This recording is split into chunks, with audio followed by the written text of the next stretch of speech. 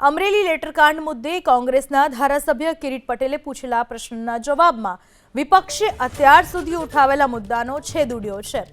મહિલા એટલે કે પાયલ ગોટીની ધરપકડ રાત્રિના સમયે કરાઈ હોવાના આરોપ અને ચર્ચાથી વિપરીત તે ધરપકડ રાત્રિ દરમિયાન ન થયાનું પણ ગૃહમંત્રીએ કિરીટ પટેલના સવાલ પર લેખિત જવાબ આપ્યો છે।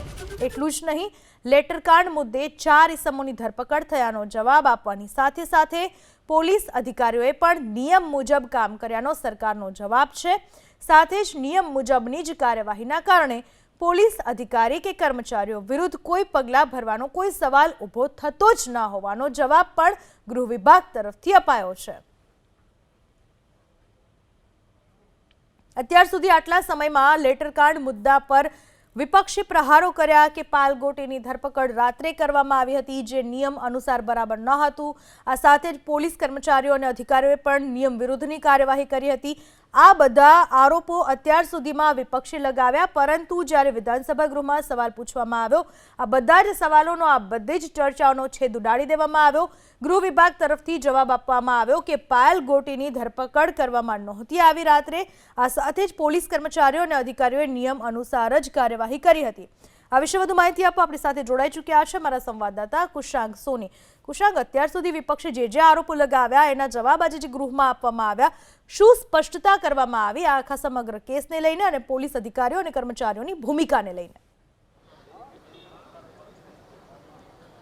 જો ગૃહમંત્રીએ પોતે સમગ્ર મામલાનો છેદ ઉડાડ્યો છે અને તેની સાથે તે પણ કહ્યું છે કે કોઈ પણ પોલીસ કર્મચારીઓ કે પોલીસ અધિકારીઓ આમાં દોષિત નથી।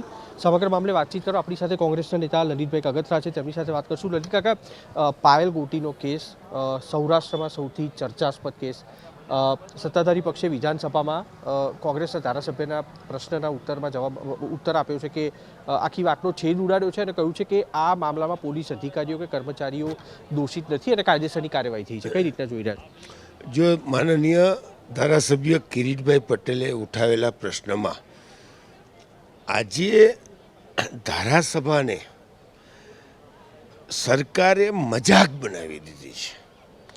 ધારાસભાના પટ ઉપર ખોટું બોલવું, ખોટા સ્ટેટમેન્ટ કરીને સરકાર શું બતાવવા માગે છે એ સમજાતું નથી। આજે સરકારના પ્રતિનિધિઓ ધારાસભાના ફ્લોર ઉપર ખોટા નિવેદનો કરે કે પાયલ ગોટીની રાત્રે 12 વાગે ધરપકડ નથી થઈ, એટલે વિડીયો ફૂટેજ છે, બધા પુરાવા છે કે રાત્રે 12 વાગે પાયલ ગોટીની બેનની ધરપકડ કરવામાં આવી છે, એના વિડીયો ફૂટેજ છે।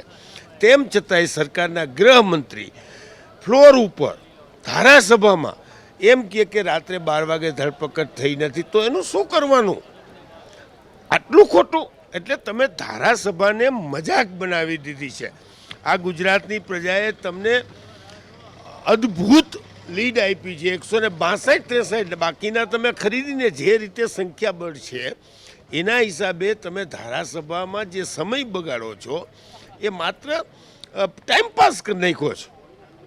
હવે પાયલ ગોટીની રાત્રે 12 વાગે ધરપકડ થઈ બધાને ખબર છે, જે લોકોએ એના ઉપર પટ્ટા માર્યા છે એ પણ બધાને ખબર છે, ટીવી મીડિયામાં આવ્યું છે। મીડિયાની સામે એસપીએ એને ટ્રાયલ કરીને ઊભી રાખી છે બેનને, એ પણ સામે આવ્યું છે।